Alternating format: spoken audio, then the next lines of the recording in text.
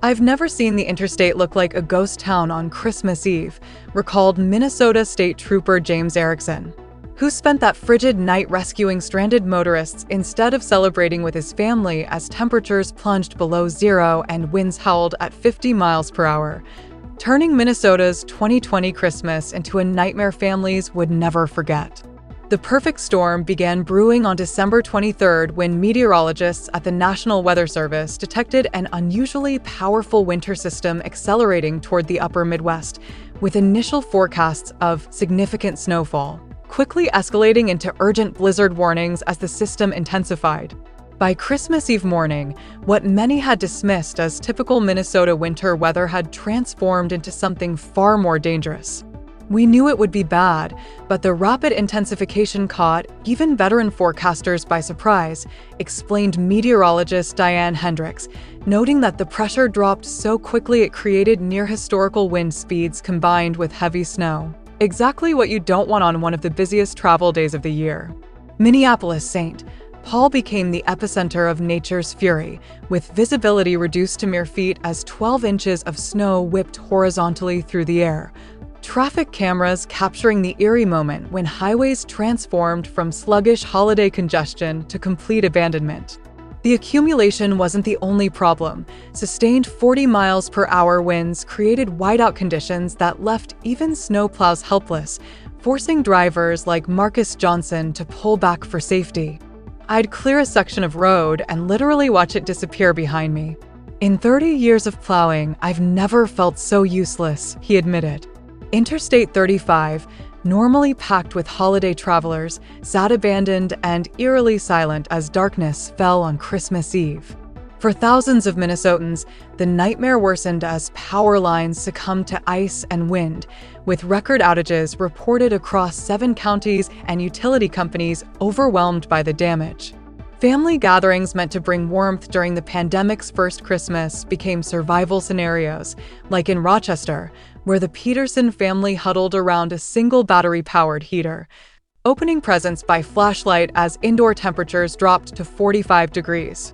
"We sang Christmas carols to keep our spirits up, but my husband was checking the pipes every hour to make sure they wouldn't freeze," said Martha Peterson, recalling how their 6-year-old asked if Santa would be okay in the storm, a moment that nearly broke her. The blizzard's devastation was compounded by the ongoing COVID-19 pandemic, creating a disaster within a disaster as many families, already isolated due to health concerns, now found themselves completely cut off with roads impassable and communication failing in rural areas. "We were already isolated because of COVID," said Minneapolis resident Sarah Lindstrom. "The blizzard just compounded everything: no family, no power, and the fear that if something went wrong, help might not arrive in time." Emergency services received over 700 calls for assistance in 6 hours, with response times severely delayed.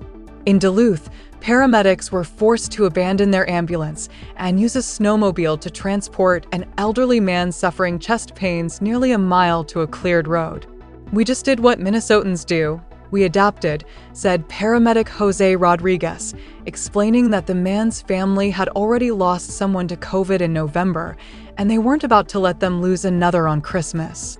By Christmas morning, as the storm finally retreated eastward, Minnesota emerged to a transformed landscape: roads buried, vehicles abandoned, and communities cut off, prompting National Guard units to be deployed to rural areas where residents had been without heat or power for over 36 hours.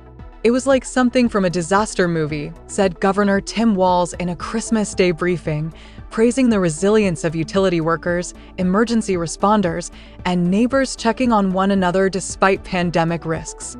Amid the chaos, there were moments of unexpected community, like in St. Cloud, where the Williams family hosted 3 stranded delivery drivers who couldn't make it back to their depot. "We had complete strangers around our Christmas table, masked and distanced, but sharing our meal," recalled Thomas Williams, noting that in a strange way, it became one of their most meaningful holidays. As power was restored and roads reopened in the days following, Minnesotans shared their storm stories, tales that would enter state lore alongside the legendary Halloween blizzard of 1991, with images of 15-foot snowdrifts, makeshift igloo shelters, and neighbors lending a hand flooding local news. The 2020 Christmas Eve blizzard now stands as a stark reminder of nature's ability to upend cherished traditions, but also of the resilience that defines Minnesotans in times of crisis.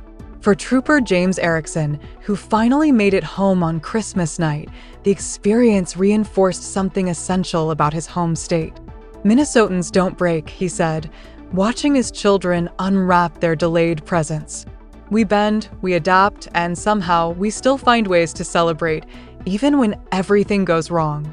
That's the real miracle of that Christmas. Not that we survived the storm, but that we didn't let it defeat our spirit.